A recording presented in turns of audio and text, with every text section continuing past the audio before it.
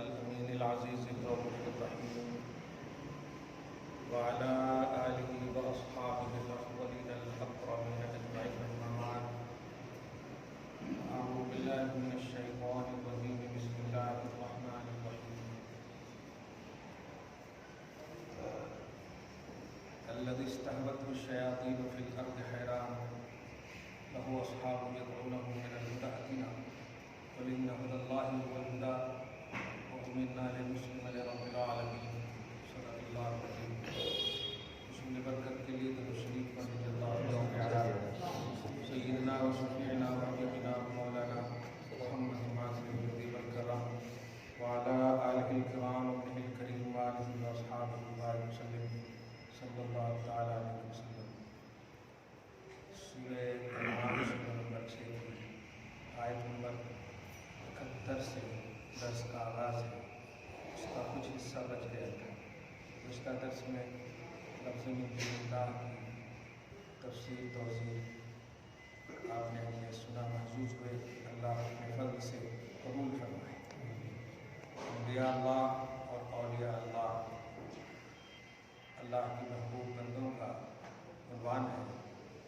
من دون اللہ ہرگز اللہ کے محبوب بندوں کا خدا نہیں، بلکہ من دون اللہ سے مراد شیاطین ہیں اور بت ہیں، طواغیت ہیں، رجس ہیں.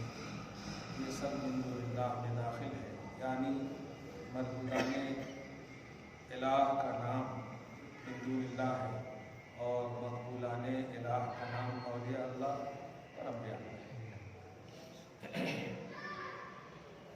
اللہ سبحانہ و فرماتا ہے کہ جو لوگ من دون اللہ کو پوجتے ہیں، اب زیادہ وضاحت کی ضرورت نہیں، جو لوگ اللہ کو چھوڑ کر کسی کو پوجتے ہیں، معبود جانتے ہیں، پکارتے ہیں، وہ کس کی طرح ہے؟ مثال دے رہا ہے. کالذی استہوتہ الشیاطین، اس کی مثال ایسی ہے جیسے کسی کو شیطان نے زمین میں بھٹکا دیا. ایک جماعت سمجھیے، جنگل میں جا رہے تھے آپ حضرات، جماعت تھی، کسی ایک کو بھٹکا دیا، راستہ ہونا بولتے بھٹکا دیا. حیران ہے وہ، زمین میں حیران ہے، متحیر ہے، پریشان ہے.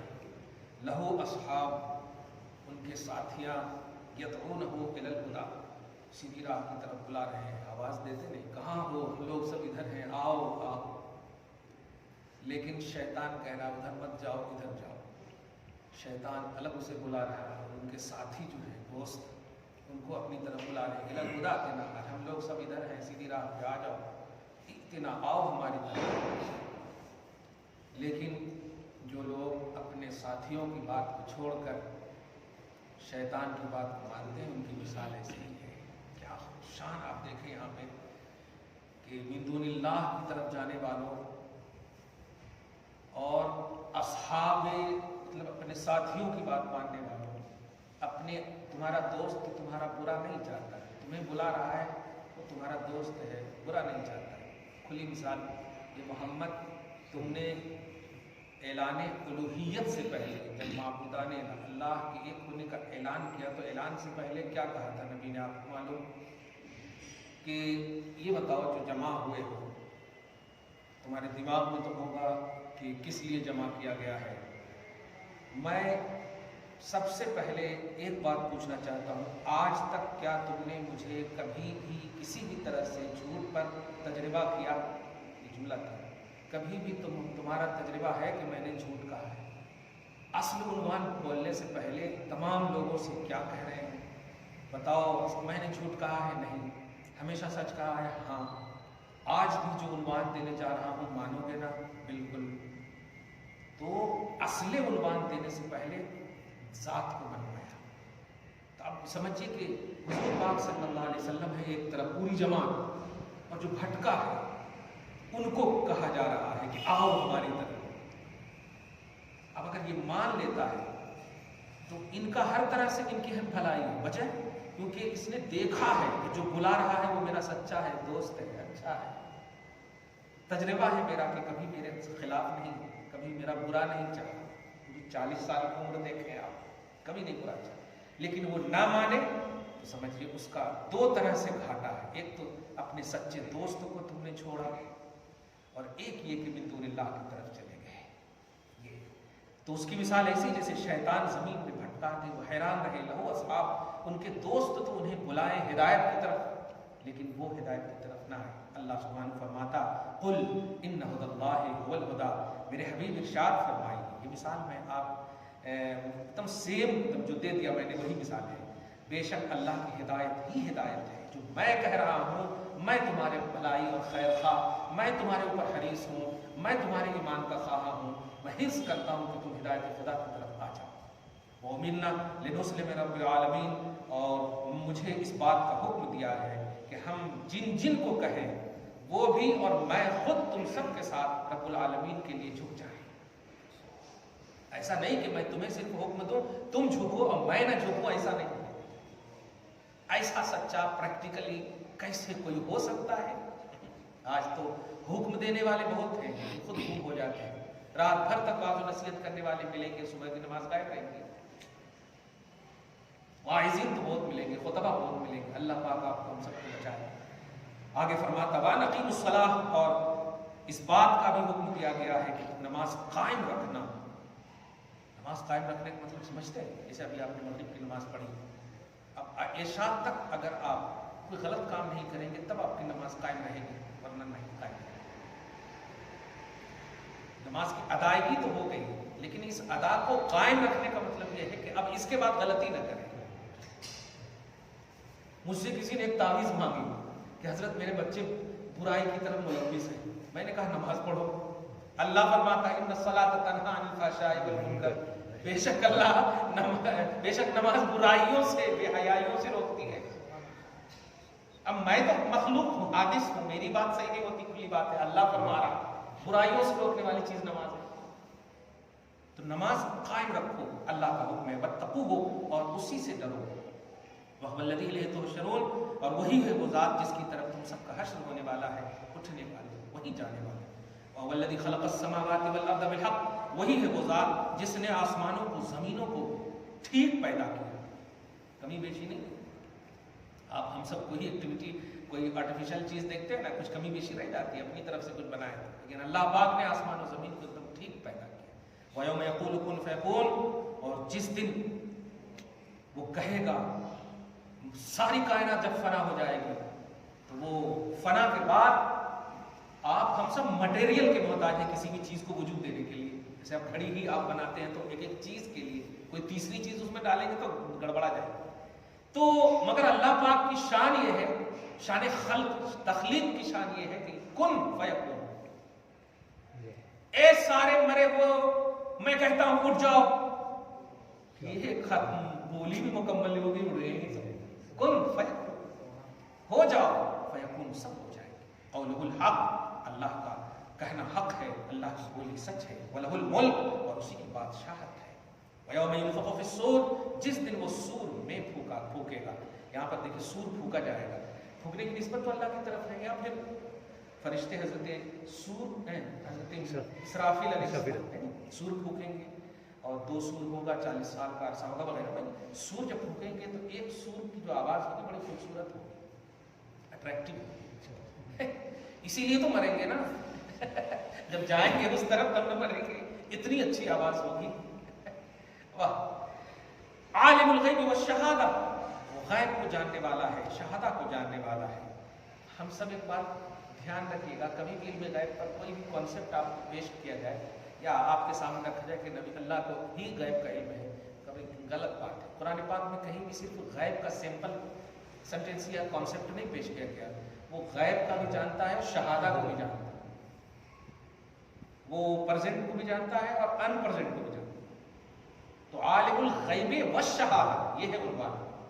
صرف علم غیب کمال ہے, تو علم شہادہ کس کو ہے؟ علم غیب اور علم شہادہ دونوں کو جانتا ہے.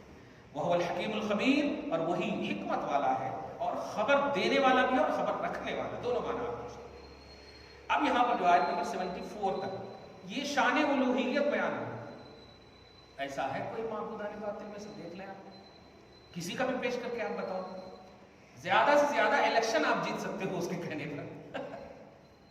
لیکن اتنی شان والا، سور پھونکنے کی طاقت، پوری کائنات میں بادشاہت، جب وہ سور پھونکے گا مرنے کے بعد، مطلب سب کو یوں کہیے کہ سب کو جب مار دے گا تو پھر خود کہے گا بہت میں کرتے تھے، کہاں ہے میں کرنے والے؟ بتائیے، اسی کی بادشاہت ہوگی، وہی سوال کرے گا، وہی جواب دے گا۔ للہ الواحد القہار، کہا تھا نا میرے نبی نے، تم نے نہیں مانا۔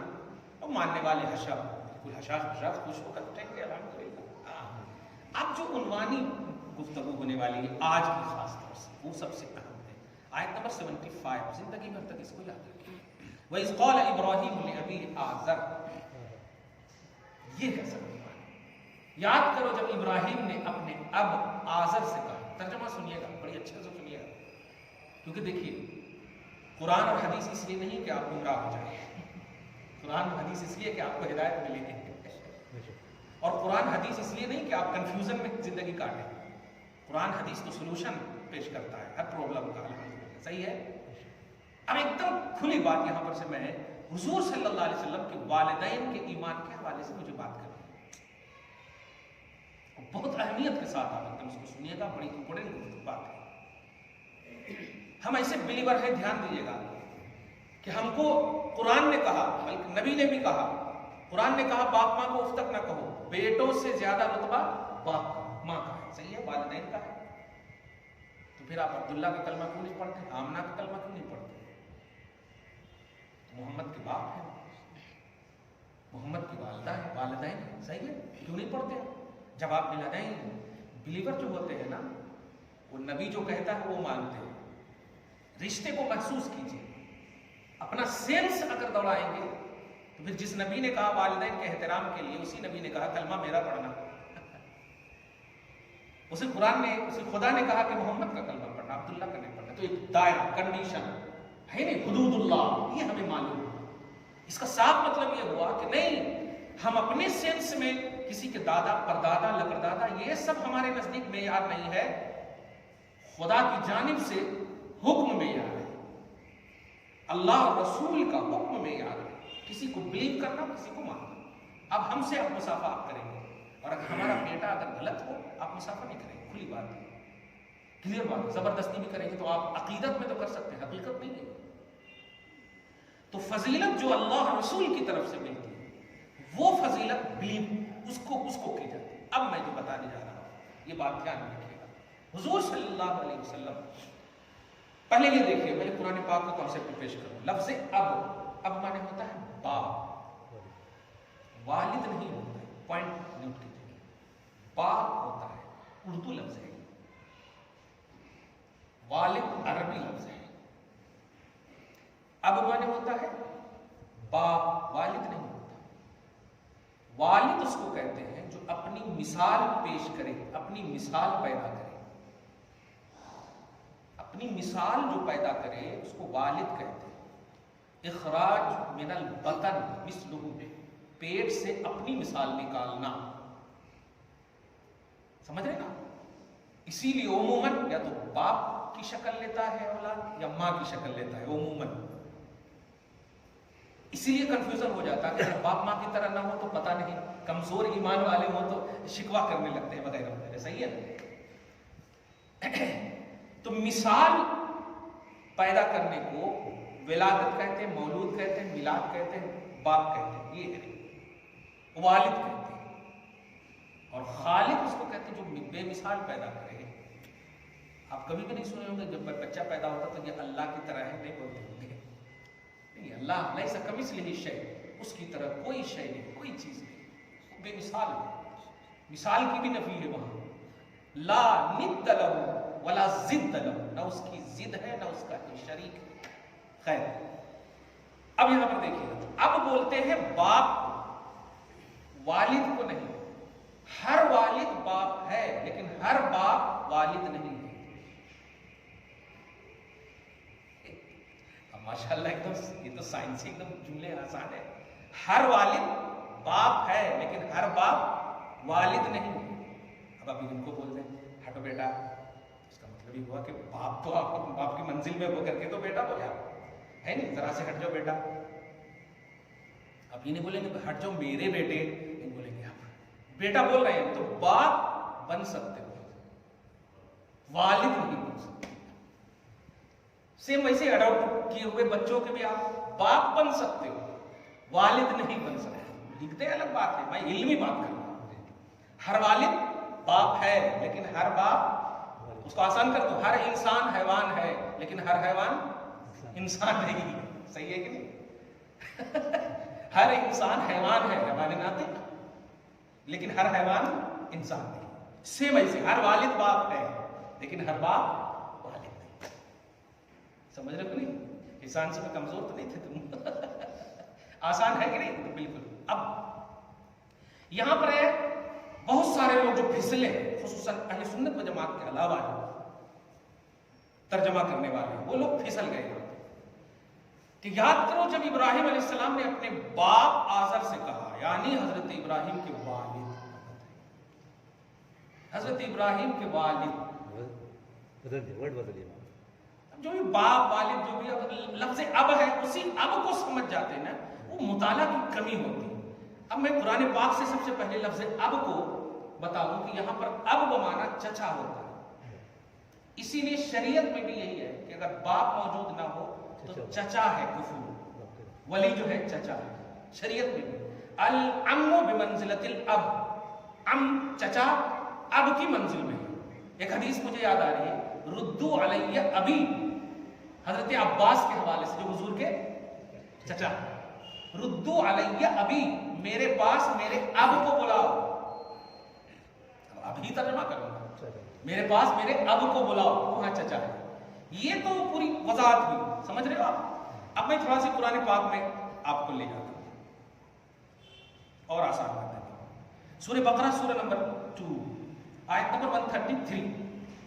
دیکھیے حضرت یعقوب علیہ السلام کے اب والد کا نام اسحاق ہے، صحیح ہے، اور چچا کا نام، اب اسحاق کے بھائی حضرت اسماعیل، اسماعیل کی نسل عرب میں اور اسحاق کی نسل ملک شام دمشق وغیرہ میں، صحیح ہے۔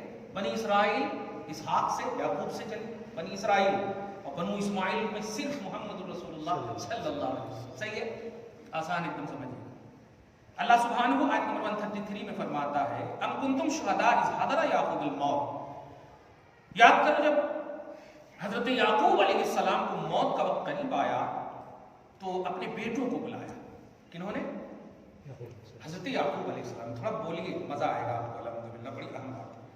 یعقوب علیہ السلام نے بلایا، جن کے والد کا نام اسحاق علیہ السلام، دھیان دیجیے گا، بلا کر کہا اذ قال لبنیہ، جب بیٹوں سے کہا، ابن منے بیٹا ہے، ما تعبدون من بعدی، میرے بعد تم سب کس کی عبادت کرو گے؟ میرے بعد تم سب کس کی عبادت کرو گے؟ قالو، سارے بیٹوں نے کہا، نعبد الہک و الہ آبائک ابراہیم و اسماعیل و اسحاق الہ واحدہ۔ کہتے ہیں بیٹوں نے کہا ہم عبادت کریں گے آپ کے معبود کی اور آپ کے اب کے معبود کی۔ اب اس کی جمع ہوتی آبا، اب جو ہے یہ سنگولر ہے، آبا پلورل ہے، ٹھیک ہے۔ تو آبا کس کو بول، اب کے پلورل ہے، اب مانے عموماً باپ، والد نہیں کر رہا تھا، ہم آپ کے معبود کی عبادت کریں گے اور آپ کے آبا، آپ کے آبا کے معبود کی عبادت کریں گے۔ اور آبا میں کس کو شامل کر رہے ہیں وہ دیکھیے آپ، فرماتے ہیں جو ابراہیم ہے، جو اسحاق اسماعیل ہے، جو اسحاق ہے۔ ابراہیم یہ تو سمجھ میں آتا ہے، اسحاق یہ بھی سمجھ میں آتا ہے کہ ان کے والد مطلب آبا میں ہے۔ اسماعیل کو بیچ میں کیوں لایا؟ دیکھا حضرت یعقوب کے آبا میں ابراہیم اور اسحاق تو سمجھ میں آتا ہے، اسحاق ڈائریکٹ ہے، پھر انڈائریکٹ وہ، صحیح ہے نا، لیکن اسماعیل کو بیچ میں لا کر گویا قرآن تفسیر الآیت بالآیت ہو گئی کہ اب کا استعمال عرب میں چچا کے معنی میں بھی ہوتا ہے، اور یہی ریئلٹی ہے۔ حضرت ابراہیم علیہ السلام کے والد گرامی کا نام نوٹ کیجئے، اب کا نام آزر ہے، اب کا نام آزر ہے، والد کا نام تارخ ہے۔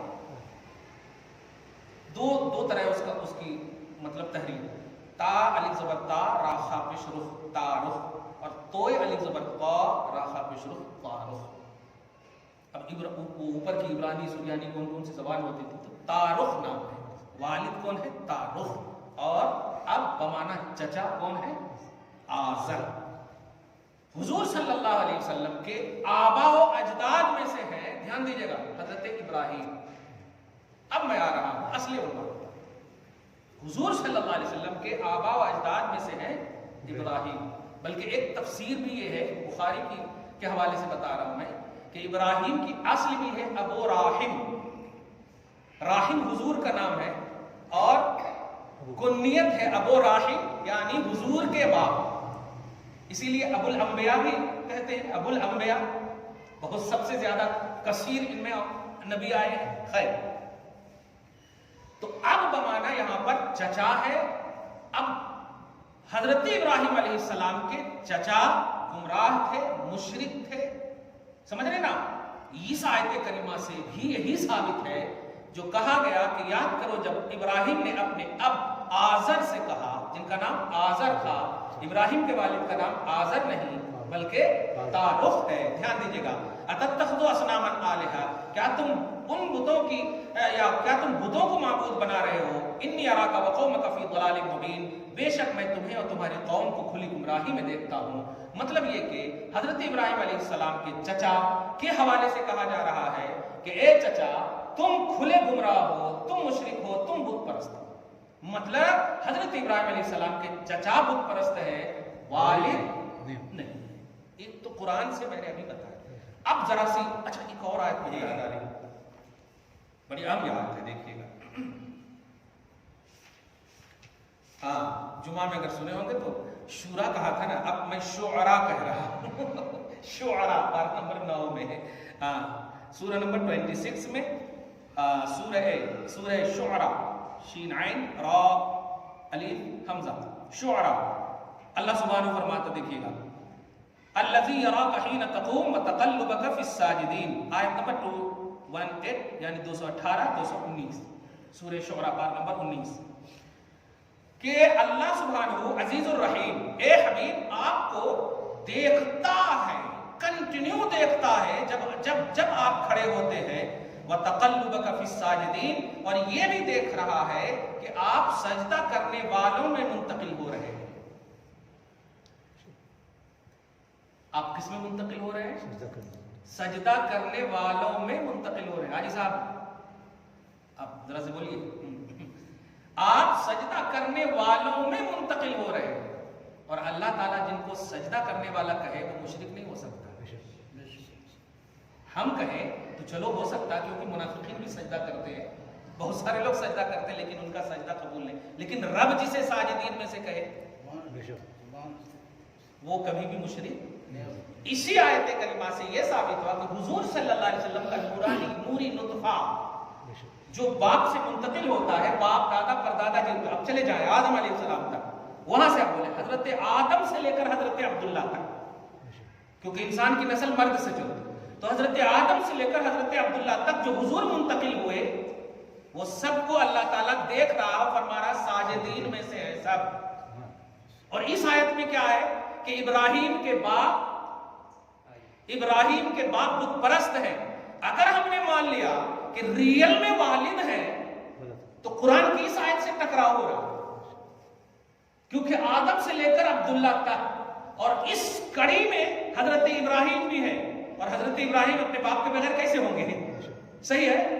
تو ابراہیم علیہ السلام سے بھی منتقل ہوئے حضور، تب تو اسماعیل کے اولاد میں آئے ہیں کیونکہ ابراہیم کے بیٹے ہیں، اور ابراہیم بھی بیٹے ہیں کسی کے. یہ نسل در نسل. اب وہ حدیث پاک کہ صلب طاہر سے صلب طاہر تک، صلب مانے پشت، پاک پشت سے پاک پشت تک، یا رحم پاک سے پاک پشت تک، یہ دونوں جس پیٹ میں بھی رہے وہ بھی موحد، جس پیٹ میں بھی رہے وہ بھی موحد، جس پشت میں رہے وہ بھی کیا کہنا. سمجھ رہے نا؟ تو معلوم یہ ہوا قرآن سے حضرت ابراہیم علیہ السلام کے والد کو اگر مشرک مان لیں تو حضور کا شجرہ اصل کے اعتبار سے معاذ اللہ ثم معاذ اللہ لازم آئے گا کہ آپ ایک لمحے کے لیے بھی صحیح، بلکہ ایک لمحہ کیوں، حضرت ابراہیم سے لے کر کے عبداللہ تک، پھر ان کے اوپر جو ہے باپ، وہاں سے لے کر کے کتنے دن تک آپ گویا کس میں رہے؟ نجس میں. کیوں؟ اس لیے کہ مشرک کو قرآن نجس کہتا ہے. انما المشرکون نجس، بے شک مشرک نجس ہے. اور اللہ سبحانہ کہ رسول صلی اللہ علیہ وسلم جہاں پاؤں رکھ دیں وہ پاک ہو جائے، تو ذات رسالت کو نجس پشت میں کیسے اللہ تعالیٰ رکھے گا؟ آپ سمجھ رہے ہیں جملہ؟ اب ایک تو یہ بات ہوئی. اب اسی آیت کریمہ کی مجھے ایک تفسیر بھی یاد ہے. حضور پاک صلی اللہ علیہ وسلم اور صحیح مسلم کی وہ حدیث پاک کے ذریعے سے جو کبھی کبھی کنفیوژن میں ڈال دیتے ہیں ہمیں بھی، آپ کو بھی، سب کو، کہ حضور پاک صلی اللہ علیہ وسلم نے زیارت کے لیے اپنی والدہ کی قبر پہ دھیان دینے تشریف لے گئے. زیارت کی اجازت مانگی تو اللہ تعالیٰ نے زیارت کی اجازت دے دی، لیکن مغفرت کی اجازت مانگی تو اللہ تعالیٰ نے کہا نہیں. اب اتنا تو ہے حدیث ہی مکمل ہو گئی.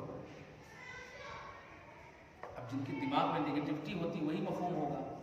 وہ کہتے ہیں دیکھو مشرک کے لیے دعا نہیں کرنے کا حکم ہے. اب آسان مفہوم دیکھیے گا.